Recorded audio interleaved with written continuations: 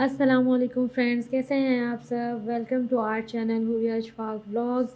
आई hope आप सब बहुत अच्छे होंगे। अल्लाह ताला हम सबको अपने हिफ्ज़-ओ-अमान में रखे। सबकी जो भी मुश्किलात परेशानियां हैं अल्लाह ताला उनको दूर करे, और मेरी भी जो मुश्किलात और परेशानियां अल्लाह ताला मेरी भी दूर करे। और मुझे भी आप सब अपनी दुआओं में ज़रूर याद रखा करें, जैसे मैं आप सबको अपनी दुआओं में याद रखती हूँ। क्योंकि ये बात जो है, हमारी वाइटी फैमिली बहुत ही प्यारी फैमिली है। आप सब लोग बहुत प्यार देते हैं, बहुत सपोर्ट करते हैं। बस ऐसे ही हमें आप सबके सपोर्ट की और प्यार की ज़रूरत है, जो कि हमेशा हमारे साथ रखिएगा। चलें, आज मैं आपके लिए लेकर आई हूँ रमज़ान की बहुत ही ज़बरदस्त सी रेसिपी, जो कि जान होती है हर चीज़ की, क्योंकि मेरी जान है। तो यस, तो मैं लेकर आई हूँ आज इमली की खट्टी मीठी चटनी की रेसिपी। मैं कैसे बनाती हूँ वो मैं आपके साथ शेयर करने वाली हूँ। तो चलें इंग्रेडिएंट्स की तरफ चलते हैं।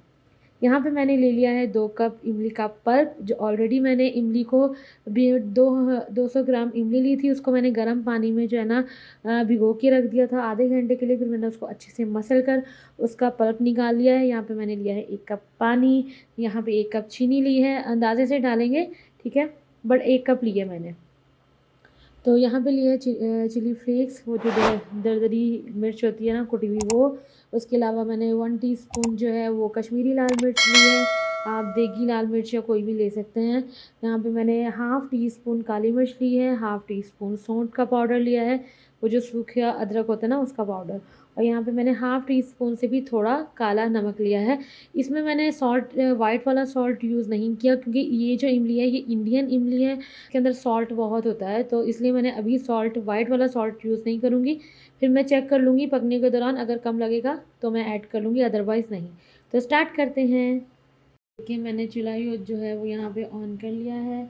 अब मैं इसके अंदर ऐड करूँगी ये इमली का पल्प, जो कि 2 कप है, ठीक है। इसमें मैं ऐड करने वाली हूँ 1 कप पानी।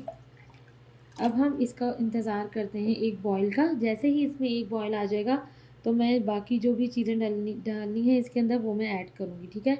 तो वेट करते हैं इसके एक बॉयल आने का। ये देखें, अब इसके अंदर बॉयल आना शुरू हो गया है, ठीक है।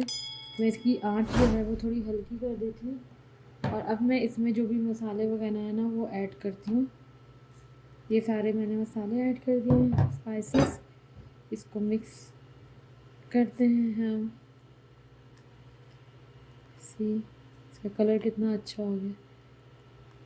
और अब मैं इसके अंदर ऐड करूँगी चीनी। पहले मैं हाफ़ चीनी ऐड करती हूँ, और उसके बाद मैं चेक कर लूँगी जब थोड़ा सा ये पक जाएगी कि कितनी और डालनी है। अब मैं इसको हल्की आंच पे ऑलमोस्ट तब तक पकाऊंगी जब तक ये थोड़ा सा गाढ़ा ना हो जाए, ठीक है।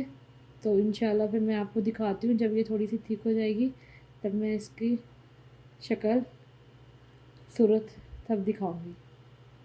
ये देखिए, हमारी चटनी जो है ना वो ऑलमोस्ट रेडी हो चुकी है। इसमें मैंने चीनी जो थी ना वो पूरी 1 कप जो है ना वो ऐड कर दी थी। पहले मैंने थोड़ी सी रखी थी कि मैं चेक करूँगी, फिर बीच में मैंने चेक किया तो मुझे थोड़ा सा कम लगा मीठा, क्योंकि ये सॉल्टी थोड़ा सा ज़्यादा होती है ना इमली, तो इसलिए मीठा थोड़ा ज़्यादा ही अच्छा लगता है। तो मैंने इसमें और मज़ीद चीनी ऐड कर दी। अब ये देखेंगे ठीक हो गई है काफ़ी ज़्यादा।